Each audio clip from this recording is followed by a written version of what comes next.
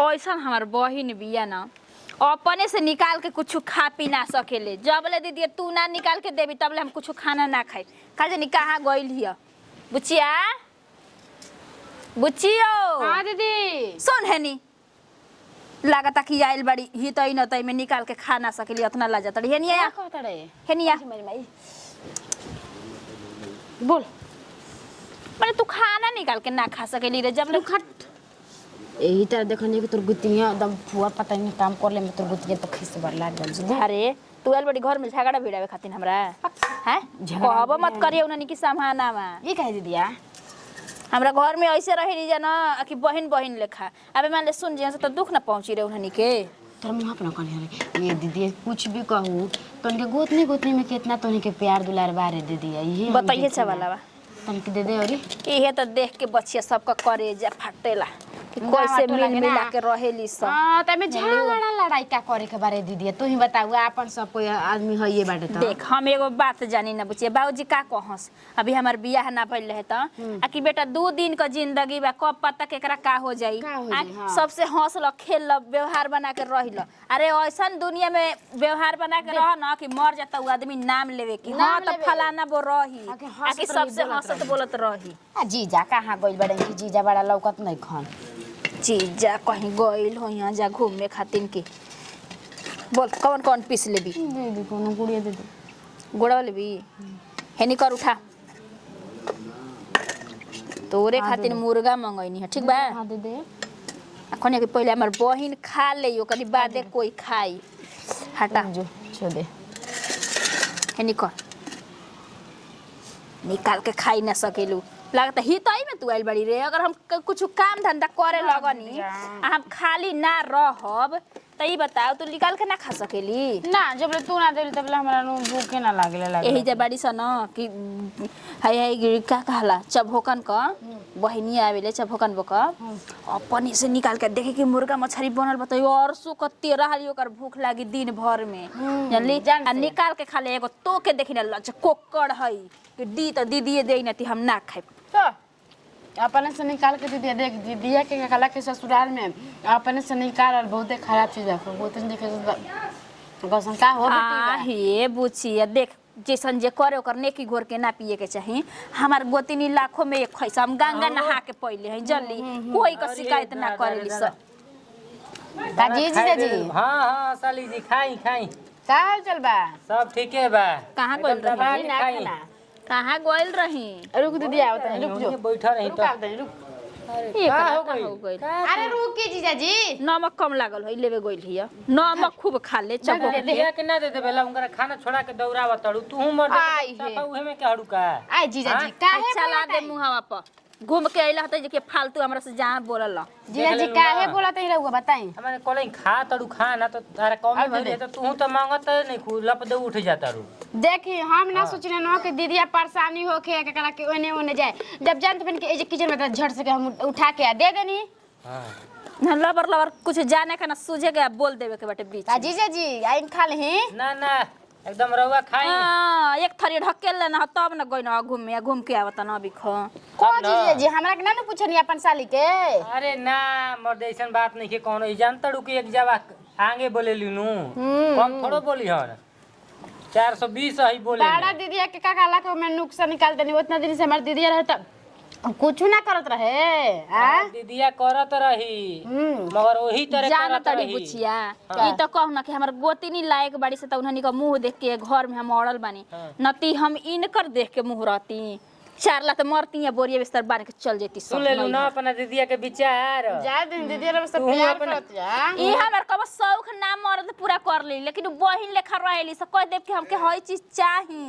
त फट से निकाल के दे दी से ए दीदी ली हई ओढ़ ली हई पहिन ली ऐसे करेली सब देखिए दीदी जी हमार दीदिया प्यार करते न तब लोग छोड़ के ना गइल ना त ना प्यार करन त भागरत कहिए सोची रहुआ तो हम का नफरत करी ना कि दरार फैलाई ना ऐसा ऐसा कह के तू हमार शिकायत करवावा तारू देख बुचिया साली के आगे हम देख हम जैसन बात कही ना हम बढ़िए कही ना भले 2 लेखा का महतारी हो गइल बनी लेकिन आज भी हम बियाह खातिर रेडी हो जाइब ना तेज के लाइन लग जी समझ ल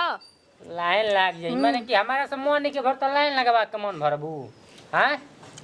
ऐसा- कहला पर क त कहे न ख। हाँ तो देखा तड़ू ना हो तू ही सुना तड़ू नु अरे हट दिमाग ले लिए रे बुचिया कुछ और लेवे कोई तो देख लो जाई जाई दीदी के मनाई जाई। आप कहाँ चल दनी होने जी? हो जीजो जी इतना मजाक करे नु कुछ कहे जी पर कुछ भी कह दीदिया में या जीजा में इतना प्यार बाटे नु का कहेला मिल के या झूल के ऐसे ही भगवान दीदिया का जीजा के प्यार सलामत रहो रखम। खेलवड़िया के लाज नहीं खेलगत न आय कि हमार तो लइका नतिया वैसे बनिए गइल बाटे बाकी खेलवड़िया के नहीं के बेत के हम आइल बन तमरा के गाँव टोला महला का करी ही नतिया सुधरी हो पतो के हमार कुका के रखता उ रानी आइल बे छाती पर डाल दरे हमार पतो ही के ई कबो ना सुधरी रानी ए जे कहतनी सोसिया सोसिया काजी उ कहा बा हो के जन फुटबॉल खेले देवर बबुआ गइल बानी हम ही जानत नहीं कहां गइल बानी फटा बाल खेले गइल देवर बबुआ त उहे बा हमार वाला बान त बाहरे कमातवन हु देखत नहीं साली से रहज बोला के आए अपन साली के बोलैले बान उहे कुंवार साली के आ कतना दिन से जिगवा रखी हन आ रखम दीदी जी ई बताई आज सुबह 2.5 किलो मुर्गा आइल हटे देखत नहीं कि उनका के करेजी पथरी लेग पीस आ गोड़ी सब दे त मेन त सामान उहे खा गेली तब ए आदमी का खई हन बताई रउआ ओगा के कारण से कहत गावे जाए के उ का करती आई जा तब रउआ बताई तबे नु ही त ना त हट ही त ना त घर 1-2 दिन रहल जाला कौन ने दूरे पर चल करती रे आई तो ओठे में टीका क दे हम करत होयन जे बतियावत होयन जे भैया अरे जीजा वाया सलिया मेला नहीं खेला गल सब आदमी आ जाए ठूस ना तो देखी रउआ हम देखी झगड़ा लड़ाई नहीं कइल चाहत हम नहीं सोचत नु कि हमार परिवार बिखरो हम सोचत हैं कि सब कोई मिल मिला पर रहो ई बताई कि जब ऐसे करी हां जा त घर परिवार कैसे चली अरे बड़की अको के शिकारैल ह जाके पूछी क किलो आइल हम त सुनल हनी कि कहतड़ नुनु कि 2.5 किलो आइल बा या खसी पत्थरी सब अरे करेजी पत्थरी अलग से ले ले बानी आधा किलो लागल काल से खाली आलू के तरकारी बने के चाहिए ए मम्मी जी एगो बात रुआ कही एगो राउर बेटा बिचला बावन हमार मरद देखले बानी अरे एकरा में जे ठो कहां गइल भैया जी के तनियो से बुझाता कि कैसे रहे के चाही घर में भव बिया एगो ओकरा के कैसे रखा जाला अपन साली को जगह पत्थरी करेजी भूंज के देखत नहीं एकदम लीमक के उतु करके खियावत मार कोई ठाइए जाइहन छिररो आइल वाली पत्थरी करेजी खाई तो तोरा ना खाई घरे देखी हम खाए पर ना मरे नहीं जानली हम सोचनी कि हमार घर परिवार कैसे हो बढ़िया से रहो अबो से मिल जाओ मगर ये घर में के लोग नु जितने हम गूंगी माई बन के रहते उतने हमार फायदा उठावता फायदा के कहा बा नते तन भेज तो करा के जोता भेजे बरा बताई कि त न के उहे रही या न त हम रउए बताई कि आज ई सब अपना में हइसे करत हन जा त गोतिया नइया मजा ना उड़ाई मजा के बात नहीं करे आज कुल देखा तरी स कोनो के गांव के त अपन बहिन के चाचानी के माय कुल देखी ना रे कुल कुछ इटाबा मोबाइलिया में कुल हाँ। रे न्यूज़ पर न्यूज़ देखी ना कि चाची के चाचा लेके भागुलन त फुआ के लड़की के लड़का लेके भागुलन त ई खेलवाड़ी हमर लड़का के छोड़ी नाच के छोड़ी ए जलाई के मेला लगावे के मैं के जैसे कहू अपना अपना घर जैसे ई बतिया रउआ कहम त ठीक लागी हम जाके कहम त लोग कही कि तू के हउ हमरा के बोले काहे वाली ना कह दे कि काली हमर बूढ़ी ये डराई ले जाके नहीं खे रहलू जा 2 दिन अपना घरे जा जाई रउआ कहे ए होल देखी जी दूधवा पीही हमरा लागत टटे बैठैले बनी लइकवा के जातनी जी हम जी दूधवा पीही अब रउआ से कह देनी रउआ समझी बूझी रानी के हमारे बोले के पड़े जले खेत जब ले खेत अब ना नु तब ले जुड़ाई नहीं आ नतिया देखत तनी के क घर ले ई माना करत है जा छोटा लोग भर दिन हमरा के डहले रहत मन जा कहां रे हम जो जैसे जो अरे कहां जातवे कहां जाई नी हां इने कहां निकल बोले ज्यादा नि खरी लिए गई के खरी लेवे का तर माई का खाई भैया कुछ खा ले ना भैया ना ले लवन भैया देले बड़े पैसा रे नतिया तो हम ही कहते कि हम लिया के घर में मेहर बैठले बड़े मेहर के एगो बहिन लिया के बैठले बड़े कावा से आवेला उड़ के आवता हम ले लेबे कि भैया के ही रे भैया के कानिक्स को तो के चपा के खिलवाड़ी करे जब देखो तब ओकर मुंह चलत रहता कुछ खाते रहती है तो उनका हम समझाई को हमरा समझाई बताओ तो ते कानिक्स कहत हम तो बोलत नहीं कि बोलम नु कि अकाली में जौने बाड़ी तौने लेके चल दी हन ई जान ली है हम काल तोर माई दूध कैसे दी अभी ले पिया ते ना खइले बिया ना कुछ ते कर खरी नहीं खे भैंसिया माई ही आई हमार के तू है हमर माई माई हनी तो काम ना रे और ई कहम कोई हमर भैंसिया माई हिया जाके बड़का भेल अपन समझाऊ। समझाऊ का कल मंगनी 200 रुपया तो दो काम बड़ी स्कूल में तो देबे ना कइलन 200 रुपया तो तोर पढ़ल तू हो जा बाहर कमाए तोरो हो गइल पढ़ल तो नहीं खीस ते उंगड़ मार चलते से ने ओने बैठ हम जाई हट हम ना बैठ ना बैठ जब माई के बोला के बैठ बैठ बताओ तनी बाहर जाई कमाए ना हता का करबे पढ़े कहिए के जब देखो तो हे गली में हो गली में घुमाता थे त का करबे रे भैया के सली आइल बिया ना हैं हां सुना तवे जन कहत है नु हां सुनत नहीं हां तो कल बिया करा दे तब जाई कमाए ए नती बिया करा दी अरे नती ते ओकर फसल इस करे हम काहे फंस जाई तब हमरा पैसा कते बिया करे के माने हम कहलो हनी में ठीक लागले आई हो दा त नतिया ओकर सलिया से बिया करे के कहता बतावा अपन करेजा पे कतवे हिम्मत रखल रहनी देख रे नतिया धा के तो डरी और ये कबाड़ दे कबाड़िए दे हम नती को चोदल चला के ना अरे तो पढ़ा लिखल पहले बिया हम पढ़ा लिखल पहले बस लड़की तार निकलातिया मुंह तो नाक तो मुंह ना ओकर हां पढ़े में ऐसे नतिया के मन नहीं खेलता दिन भर घर में घुरियाइल रहता हां तो पढ़बो ना करम ओकर ले बिया करबो तो पढ़म वर्षक मारा पीटो कुछ कर नतियू तू लेके चल जा बियाह शादी करे बाहर चल जा आ वो नतियू के कह दे लेके अपन अकेले खाइब आ बनाइब तालो के टेंशन का बात बना लेके ढो तो लिया के चल मुका सलिया के तो बोलबे ना हमरा के जो नतिया जो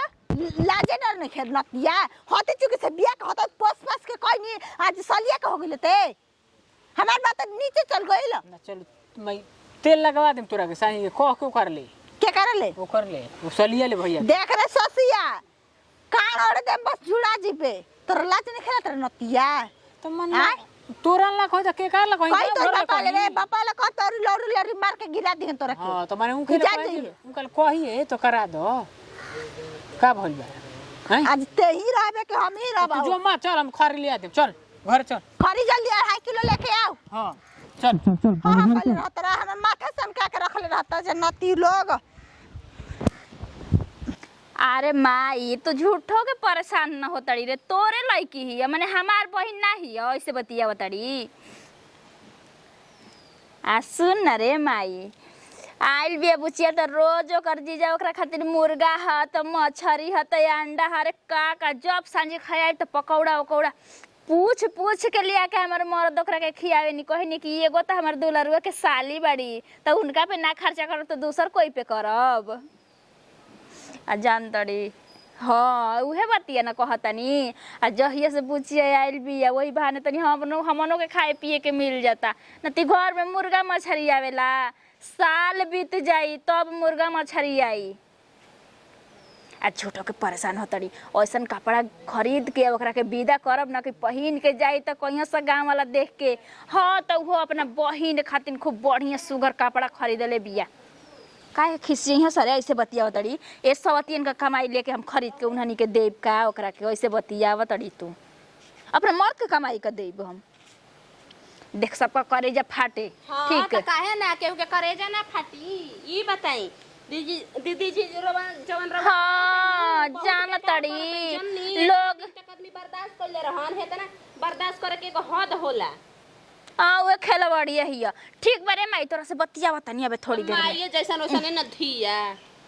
ए देखा हमरा के हयानी बनी ना बोलनी कनिए समझलू नहीं खी बोले तो लोग फायदा उठावत हवे जौने मुंह में आवत तौने बोल देता का बोलता सास नहीं बोला तो तने भर का खरी लेवे खाती पैसा नहीं के घर में तरुआ पैसा ना दे सकत रही भतार भी रही लगल ही बावन त का करे जिंदगी भर हमारे भतार के कमाई लागी अपन अपन का बक्सा में भर के रखबू जा पैसा बा दीदी जी बतिए बाटे एगो इहे बतिए बाटे कतना हम बड़ाई करत चलब सबका लेके हमार गोतनी सबसे हट के है सब मिल मिला के रहेली सब जहिया से हमर बहिन आइल बिया तहिया से तइन के करेजा में आफत विपत समा गइल केहू के आफत विपत नहीं है ओइसन करनिया करम तबे ना बनावत छटे खेत पे अगर घर में एगो बूढ़ सास बड़ी उनका करवे ना पूछ सकत रही हैं काहे जिनकी भर हमई पूछी आय कि हमई लिखा के आइल बानी कि हमई पूछब त पूछब दूसर कोई ना पूछी हाला कौची के भइल बारे अब वे बतिया कह देतिन झगड़ा करती हम हाला करतनी कौन बतिया कि बहिनिया के खिया देतनी ओमे एको पीसिया नहीं खेत अब हम घर परिवार के करा के कगो दी काहे मर्द के कमाई बक्सा में रखिया जाए अपन अपन कमाई मंगा के खा ले जा हां नहीं हरा कि ये कल का सिखले बड़े को बोलाइले बड़े हाँ सब नैहरवा का सिखा ले बेटा समझनी जरनी भइल बा कपार पर चढ़ल बाटे उहे तक जरनी भइल बा चुरकी का बार ले ए देखी खबरदार हमरा बहन के कुछ बोलब त बोली ना काहे नीचे मुड़ी कइले बानी बोली शर्म काहे बताते बोल औरी बोल जितना बोले के बोल हमें जब बैठल बनी बोल सास के रीति रिवाज ह कि ककला पतोहन से या पतोहन के बेटी के लड़सन बहिन आवे त जरा घर में जइबू ना साजे जइबू सुबेरे आग लगा के आई राउर बास होता नु राउर बास होता नु हाउ गाना सुन अरे रुकी जी राउर धियावा गइल बड़ी त आगे त लगाव तड़ी रोज कि रोज मार त न करियाव त न स हां कुंवारा में लेके भागत रही कुंवारा में लेके भागत रही देख ले ना सिखा दे चुप रह ना तू है का कहतिया रे खिलवाड़िया का कॉलोनी ई कतो ना जी हम हमर बियाह करा दें कले ठीक है बिया कर बुरा रो करबू ना हां जी करम तू तैयार बनू बाबूजी करे बनू ए का न जैसे न माई बजा खड़वाएंगे ना तू बियाह कर ले बता रोज हमारे बहन के मरबा पिटबा उल्टा सीधा बोलब हां लाख में एक खोजब नंदोई मिल के बेटी चिप के होने पीक दी हसन सब त नारद मुनि हाइया भरल बाड़ी हाइया पीछे जन बाड़ी ये नहीं लगावत है देखत बुझात नहीं है भसुर हनिया कैसे बैठत है हमरा दीदी ए ऊ तो एकदम ये तो और जा कोरा में बैठ जाऊ हनी की ऐसन का हमरा समझ लेबे कि कोई में हां ओकर मौगी त ले लेके उड़ड़तिया भागतिया ओइसे बतिया बताड़ू का हो गेले मई का ठीक होता है जौन होता तो निके मां बियाह होता हमार करा दो बियाह हम हां कले दोनों बहिन अपन रहिए एकर मतलब तो नहीं अपन अपन बावसन अपन अपन ना तू को दिना के बारे अपन कमाता सन त अपना घर पे कहबे तो हमारा का बूढ़ पुरानिया के लेके ई सोची ना कि राउर बेटा राउर हक में नहीं खस आजकल के का करी हसन चुप तो धकता जीप के बात अरे बुचिया चुप रह जो जाके जो 3.5 दिन के जिंदगी है बा और सोचा तड़ी की 4 दिन जी मार के चढ़ाइले बड़ा ओइसे ए जी सुनी एगो बात कह दे तनी सुनी जे हमार बतिया हां हमर बहिन अभी रही मुर्गा मछली खातिर निन लोग के आफत विपत समाइल बना तो समाइल रहो कह दे कि अपना अपना भतारे का कमाई खाओ जा आ अभी कहतड़ी जना कि 10 दिन अभी रहिए 2-3 महीना रह कर बैठ जाई है ये मैं अभी दूसरे में जिंदगी भर जे रहे के बाद कत बियाह कर हां करा देना तुम समझ जो मर जाई रे मछली कि भतार के कमाई खाई कहब ना जी ओइसे काहे बतिया तनी बनाती जब हम भतारे के कमाई करते तो नहीं के मुंह ना देखब जा तनी हम गड़ई में कूद के मर जाए मैं नाटक अरे मुंह ना भड़ की देखा कैसे लुलु को कोइले बना जा तू में हर मौगा बनतवा छूदा जा ढेर भड़ की देखाते मुंह ना हो मुंह ई त औरी आफत विपत हां हां ई मछली जितना चाल चलत है ना इनकर चाल चलल 2 मिनट में छोटा कबार के निकाल देब हमरा के बुझतो नहीं खीता ठीक ना इनका कहले में कुछ नहीं किया माई के कॉल हम मना ले सुना सांझी का जाके नो तन माई के गुड़ हाथ दबा दियो तन को काहे के दबाई जी ना दबाई को ते बियाह कुला निकर बिस्मात समय में जब से हमर बहिन आई तब से चले कुर्बान के हम रही हटी अरे मुझे मार लता से फेकाइए जे बहु लगले कहा जी जा फिर तो हम जा तो हमरा के जाए तो हमनी के चले के जाने के तू भेट अपना माई के सुधार दे न लोढ़ा से कपार फोड़ दे उनकर सवत का ठीक ना डाई के रखल बड़ जी से हमर बहिन आइल बे तहिया से काहे मुर्गा का पीस खई हां दाल भात सब्जी ना खई हां तो के कहलहु मां का मांगत रहे गोड़िया मांगत रहे कि पथली मांगत रहे तोरा से कि तोर पर पथलिया मांगत रहे अरे तू मरद ना माथा के दर्द भइल बड़ा नतीउ का बेटा चल ना मारल तो राती में निकाल देनी हूं पलंग के ना पलाई तोड़ देनी तो तोर बाबू कितना बढ़िया पलंग देला बने देखा दे बन तो जीत पे